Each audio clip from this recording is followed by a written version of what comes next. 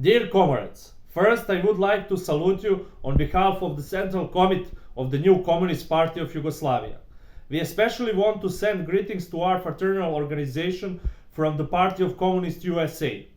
Also, we would like to thank the efforts of comrades from the People's Democracy Party for a significant ideological and practical job in the world anti-imperialist platform.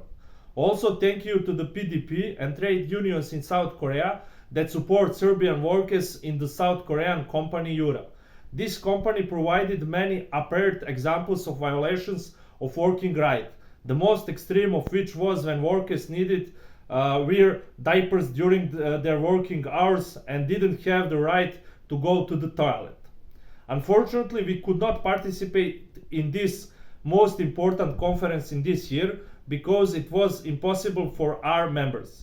The US Embassy in Serbia wanted to avoid it giving us a visa. The reason was a pure anti-communism. Also, we would like to inform you that Comrade Aleksandar Ðenic, the Executive Secretary of the new Communist Party of Yugoslavia, made great results in the local elections on the June 2nd. He was elected and secured one mandate in the Assembly of the Municipality of Zemun. Zemun, the third largest municipality in Belgrade with a population of 200,000, played a pivotal role in the historic success of the new Communist Party of Yugoslavia. For the first time, the party will have a member in the local parliament of the city of Belgrade and the first in Serbia since 1996. Comrade Đenic's election also marks the return of a communist member to the parliament in Zemun after a 34-year break since the end of the Socialist Republic of Serbia. Dear comrades, this historical event is significant for the anti-imperialist struggle. We must send a powerful anti-imperialist message at the exact moment when the United States will host a NATO summit in Washington, D.C. on 9 to 11 July 2024. The NATO Secretary General will chair the meetings. We are a country from the Balkan Peninsula. The Balkan region is of great strategic importance. The Balkan is attracting the imperialist powers like a magnet and making our area an essential arena for manifesting NATO strategic goals.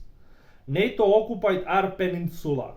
Practice showed that NATO is the most significant security risk in the world, and the people of Serbia felt that on their skin during the bombing in 1999. The Serbs directly opposed the interests of the Western imperialism and NATO, and no doubt suffered significant damage and were victims of it.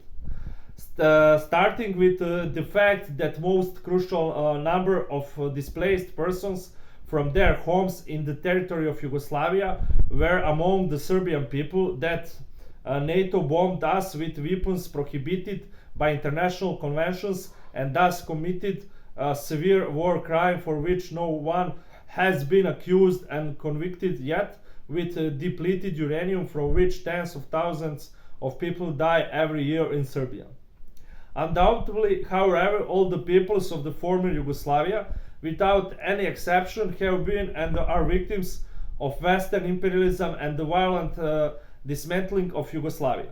Political and economic dependence and conditioning are crystal clear everywhere in former Yugoslavia. We have become easy prey for sharks that have entered our waters. The necessary and urgent duty for the people is to reject and oppose the divide and conquer policy, which aims at the emergence of new and weak states, in fact protectorates, as is the case in the face of the situation emerging in Kosovo.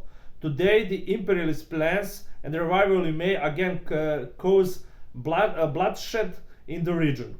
The policy promoted by the imperialist powers aims not only to intensify foreign interventions, but also to establish governments that are servile to the imperialist dictates of regimes that will further deepen the capitalist exploitation and bind their countries to the imperialist organization of the NATO and the EU. For a long time, and with clear political intentions, the international public has been presented with an unfruitful, distorted picture of what happened in the territory of the former Yugoslavia.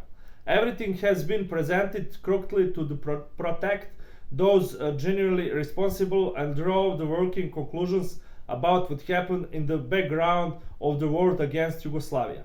There is a fundamental historical fact that one should proceed from when seeking to understand what happened and which led to everything that happened in the territory of Yugoslavia from 1991 until the present day, and that is the violent destruction of European state Yugoslavia, which was derived from the statehood of Serbia.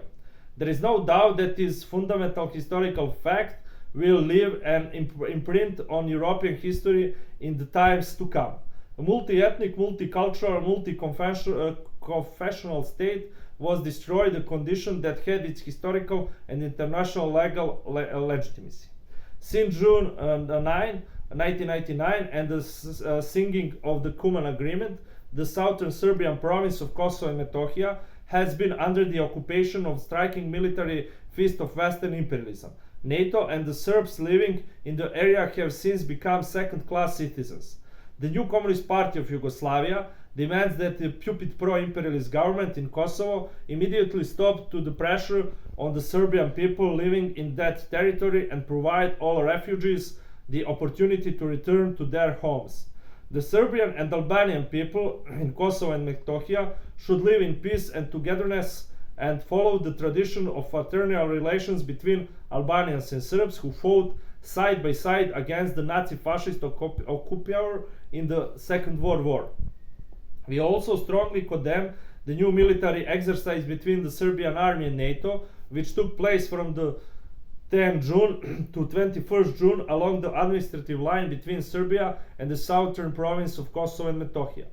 Russia and China support Serbian sovereignty in the United Nations Security Council, and the Serbia depends on Russian energy. The Serbian government does not want to bring sanctions to Russia. This is because the EU, US and NATO put much pressure on Serbia. On the last pressures for the Serbia government was in the United Nations when Western imperialists decided to bring a resolution on the Srebrenica demonization of the Serbian people with a simple majority. The fact that on the occasion of adopting such a decision more countries were against its adoption or abstinent than those that voted for it clearly shows that many countries in the world reject the hypocrisy of Western countries.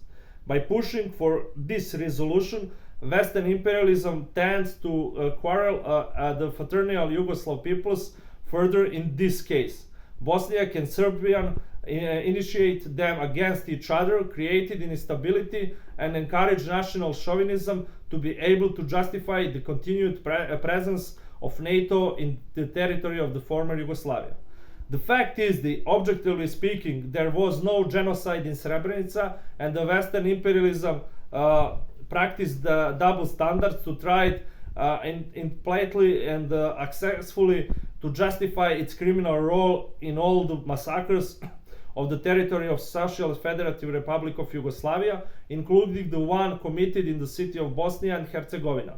Nevertheless, the intrigues of the imperialist power centers in Washington, London, Berlin, and Brussels in their objective guilt for the bloodshed in our region cannot in any way to be an excuse for the monstrous crime in Srebrenica. Those who committed it are bastards and the shame for the Serbian people, and the only thing they deserve is the most profound contempt and disgust. The vote in the General Assembly of the United Nations clearly shows that Serbia's real friends are socialist countries like China, Cuba, and DPR of Korea, as well as anti-imperialist countries like Belarus, Nicaragua, Venezuela, and Syria.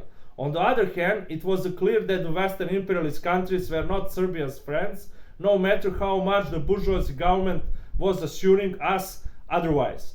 Also, Iran supported Western imperialist resolution, but we are not surprised because Iran volunteers during the civil war in Bosnia fought together with separatists against Yugoslavia and Serbs. Dear comrades, We are so sad because we are not with you. We realize that we live in a contradictory world and must recognize dialectical moments. We will continue to fight together with you. We need to gather all progressive forces in the world and continue to fight against imperialism. Long live anti-imperialist struggle.